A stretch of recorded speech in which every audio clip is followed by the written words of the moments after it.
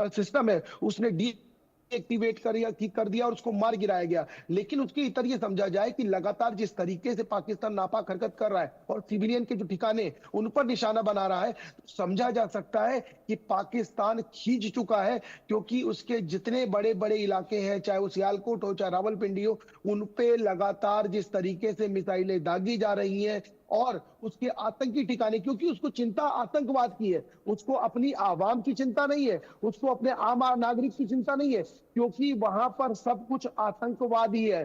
Finance की funding वो करते हैं, चुनाव में जीत वो दिलाते हैं, सेना का जो सरगना है वो बने रहते हैं, चाहे उसको बैकडोर से कह लीजिए, और जब नौबत आती है तो वो सामने आके भी खड़े हो जाते हैं। आपको ज्ञात होगा वो तस्वीरें, जिन तस्वीरों में जब पाकिस्तान में आतंकियों को भारत के ऑपरेशन सिंदूर द्वारा मार गिराया गया, तो उनके पाकिस्तानी झंडे में लपेट कर उनको दफनाया जा रहा था, उनको ले जाया जा रहा था, उनके लिए इबादत की जा रही थी। और जब एक मौलाना मुल्ला इबादत कर रहे थे, जो भी एक आतंकवादी संगठन का हिस्सा है, तो उसके पीछे जितने सेना के उनके स्टाफ हैं, वो हाथ बांधे खड़े थे। वो किस चीज का इंतजार कर रहे थे? किस तरीके का देश है कि वहां पर आवाम की चिंता नहीं है, आतंकवाद की चिंता है। और आतंकवाद के जो सलाहकार हैं, आतंकवाद के जो सिपह सलार हैं, उनको उनको वहां पूरे रीति रिवाज से, पूरे जो आर्मी का कल्चर है उसके हिसाब से उनको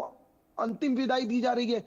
तो आप समझ सकते हैं कि किस तरह की स्थिति पाकिस्तान में है। और सबसे महत्वपूर्ण बात यह है कि जिस तरीके से आवाम को कह रहा है कि घर में रहिए, और जो आतंकियों के आका है उनके लिए बंकर की व्यवस्था की जा रही है, उनके लिए बुलेट प्रूफ गाड़ियों की व्यवस्था की जा रही है, उनकी शिफ्टिंग का पूरा ध्यान रखा जा रहा है, और इसके इतर आवाम की चिंता नहीं है। तो भारत ऐसा नहीं है, भारत को पूरे आवाम की चिंता है। हमने देखा इस चीज को पुंछ में, हमने देखा उरी में, और हमने देखा रजौरी में। यहां पर जिस तरीके से लगातार जब बॉम्बिंग की जा रही थी, लगातार शेल फेंके जा रहे थे पुंछ में, तो जितनी भी आवाम है उसको तत्काल बंकर में भेजा गया, इवैक्यूएशन कराया गया, और उस जगह को खाली करा के उनको सेफ हाउस में रखा गया।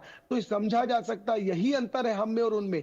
वहां पर जान की कीमत नजर नहीं आती, वहां आतंकियों की जान की कीमत नजर आती है। हमने जितने हमले किए, भारत ने जितने हमले किए, वो सिर्फ और सिर्फ जो हमले किए गए उन आतंकी संगठनों पे किए गए, जो देश में, देश के बाहर, भारत में और इंटरनेशनल पटल पर सिर्फ और सिर्फ दहशत फैलाना चाहते हैं, डर फैलाना चाहते हैं, बेगुनाहों को मारना चाहते हैं, निहत्तों पे वार करना चाहते हैं। हमने सिर्फ उन पे हमला किया, हमने किसी बिल्कुल निहत्ते दीपक, को नहीं यही मारा, फर्क है हमने भारत और किसी सिविलियन पाकिस्तान को में। नहीं जिस मारा। तरीके से लगातार आतंकियों का संरक्षण वहां पर किया जाता है, सेफ्टी सिक्योरिटी उन्हें प्रोवाइड कराई जाती है, लेकिन इसका आखिर उनको फायदा क्या मिलता है, ये समझ पाना बेहद मुश्किल है। दोनों के पास वापस आ गई एक और बड़ी खबर, पाकिस्तान पर भारत का चौतरफा हमला देखने को मिला है। लाहौर समेत कई शहर ऐसे हैं जहां पर तबाही मचाई गई है। बहावलनगर कैंट के पास धमाका हुआ है। भारत के हमले से पाकिस्तान को खासा नुकसान हुआ है। पाकिस्तान जो लगातार भारत पर प्रहार बरसा रहा है, हालांकि उस प्रहार का कोई फायदा नहीं, क्योंकि हर एक्शन को यहां पर नाकाम करते हुए हमारे एयर डिफेंस सिस्टम और हमारे सेना के जवान मुंह तोड़ जवाब यहां पर लगातार दे रहे हैं। धमाके कई करने की कोशिश की गई, लगातार मिसाइलें दागने की कोशिश की गई, लेकिन सभी को नाकामयाब कर दिया गया। और कई ऐसे फाइटर जेट जिन्होंने घुसपैठ की कोशिश की यहां पर, लेकिन उन्हें भी मार गिराया गया।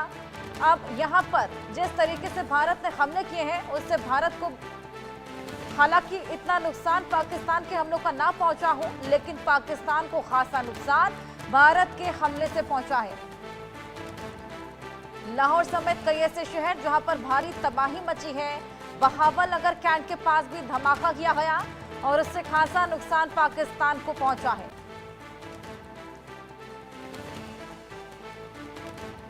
जावेद, हमारे सहयोगी हमारे साथ जुड़े हैं।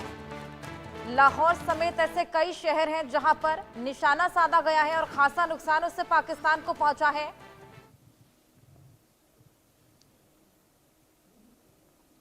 जी बिल्कुल, जिस तरीके से जो हम बात करें पाकिस्तान के लाहौर की, कराची की, तो वहाँ पर पूरी तरीके से जिस तरीके से टारगेट करके वहाँ पर जो जवाब दिया गया है, उससे पाकिस्तान में पूरी तरीके से बौखलाहट है। और कहीं ना कहीं पाकिस्तान इसी का जो है बौखलाहट जो है वो भारत के जो LOC का जो इलाका है वहाँ के रिहायशी इलाकों को वो जो है टारगेट कर रहा है। और लगातार जिस तरीके से जो लोग जो चीज़ें सामने आ रही कि लोग ये बता रहे हैं कि किस तरीके से जो शेलिंग की जा रही है और लोगों के घर और जो रिहायशी इलाका है या तमाम आसपास के स्कूल है या फिर जो LOC के पास के जो तमाम रिहायशी इलाकों की बात करें तो दुकानें हैं, वो पूरी तरीके से बर्बाद हो गया है और लोग अब वहाँ से पीछे की तरफ हो गए हैं। और लगातार हालांकि देर रात की बात करें अगर तो सेना की तरफ से जवाब दिया जाए, लेकिन जिस तरीके से पाकिस्तान की कराची और लाहौर में जिस तरीके से पूरा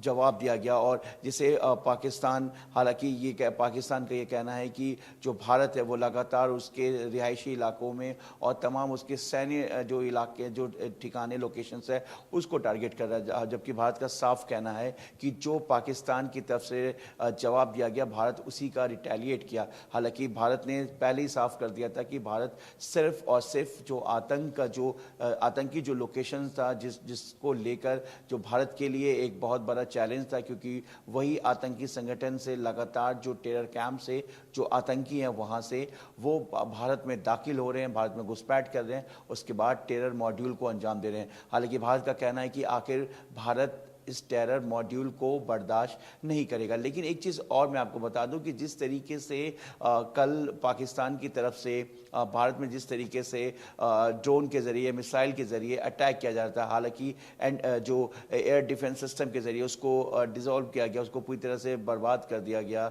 और कई जगहों पर जो पाकिस्तान की तरफ से ड्रोन और मिसाइल से हमला करने की कोशिश की थी उसे विफल कर दिया गया। लेकिन कहीं ना कहीं ये एक हमास का पैटर्न भी दिखता है। तो जैसे कि हमने पहलगाम अटैक के वक्त भी बताया था कि जिस तरीके से POK में यानी पाक ऑक्युपाइड कश्मीर में आज जो तमाम लश्कर तौयबा, जैसे मोहम्मद, हिजबुल मुजाहिदीन और कई आतंकी संगठन हैं, हमास की उनके साथ मीटिंग हुई थी। हमास के कई कमांडर्स जो हैं वो POK में आए थे। उसके बाद इस मीटिंग को इस्टेब्लिश करने के बाद उसके बाद वो वहाँ से जो हमास है वो वहाँ से फिर उसकी मीटिंग ख़त्म हो गई थी, यानी कि पहलगाम अटैक से पहले ये मीटिंग की गई थी। तो क्या हमास के जो आतंकी लड़ाकू हैं क्या वो इस वक्त पाकिस्तान में क्या उनका एक बेस कैंप को इस्टेब्लिश किया गया है? क्योंकि जो तरीका है जिस तरीके से इजराइल पे हमास की तरफ से अटैक किया जाता है, ठीक उसी पैटर्न को भी कल कहीं ना कहीं पाकिस्तान की तरफ से देखा जा रहा था। तो क्या ये पैटर्न बिल्कुल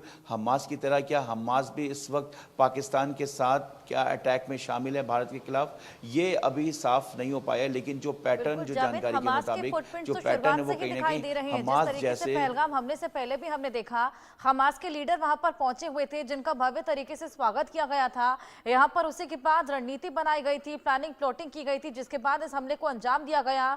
यहाँ पर इन तमाम आतंकियों को फ्रीडम फाइटर बुलाया गया था। ये तो साफ है कि हमास के फुटप्रिंट्स भी इसमें जुड़े हुए हैं, वहीं आतंकी माइंडसेट पाकिस्तान का भी इसमें साफ झलक रहा है। हालांकि पाकिस्तान हमेशा से डिनायल मोड में रहा है, बोलता नजर आया है कि हमने इस आतंकी वारदात को अंजाम नहीं दिया, लेकिन जिस तरीके से आगे ये जांच पड़ताल पहुंच रही है, जिस तरीके से यहाँ पर इस कायराना हरकत को लगातार पाकिस्तान अंजाम दे रहा है, ये साफ है कि पाकिस्तान का ही हाथ इन तमाम आतंकी गतिविधियों में रहा है और उसका खामियाजा पाकिस्तान यहाँ पर भुगत भी रहा है और आगे भी भुगतता रहेगा। अब आप देखिए ना किस तरीके से अंदर ही अंदर कलह पाकिस्तान में मच गया है।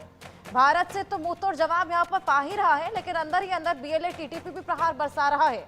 अब आवाम को भी समझ आने लगा है कि पाकिस्तान किस तरीके से यहाँ पर डूबता चला जा रहा है। बहुत शुक्रिया।